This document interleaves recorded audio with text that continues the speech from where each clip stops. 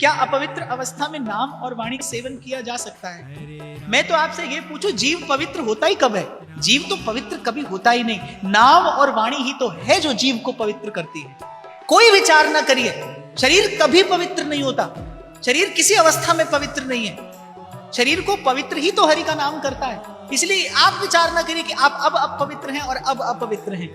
एक यही तो एक ऐसी विधि है जिसमें न कोई विधि, तत्रार्पिता नियमितः स्मरणे न काले। और ये तो इस मार्ग के आचार्य का वाक्य है, इसे कोई चुनौती नहीं दे सकता। चैतन्य महाप्रभु कह रहे हैं। देखिए, मैं शास्त्रोचित किसी पूजा या पाठ की बात नहीं कर रहा, मैं किसी कर्म या अनुष्ठान की बात नहीं कर रहा। आपने मुझसे पूछा कि क्या नाम और वाणी किया जा सकता है? 100% किया जा सकता है, निश्चित रूप से किया जा सकता है। और मैं तो कहता हूं, जब पवित्र हो तब भले नहीं करो। अपवित्र अवस्था में तो नाम का आधार सतत होना चाहिए, सदा होना चाहिए। यही तो सबसे बड़ी दुविधा कि आप और मैं दुविधा में पड़े रहते हैं।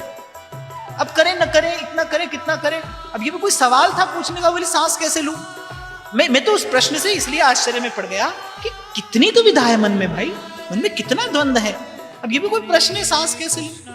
तो मैंने कहा, मुझसे पूछ रही हो, मैं तो इतना ही कहूंगा भाई, लेना, सांस लेना, बस लेती रहना। तो किसी प्रकार के द्वंद्व में ना पड़िए, विशेष रूप से जब नाम जप की बात आए।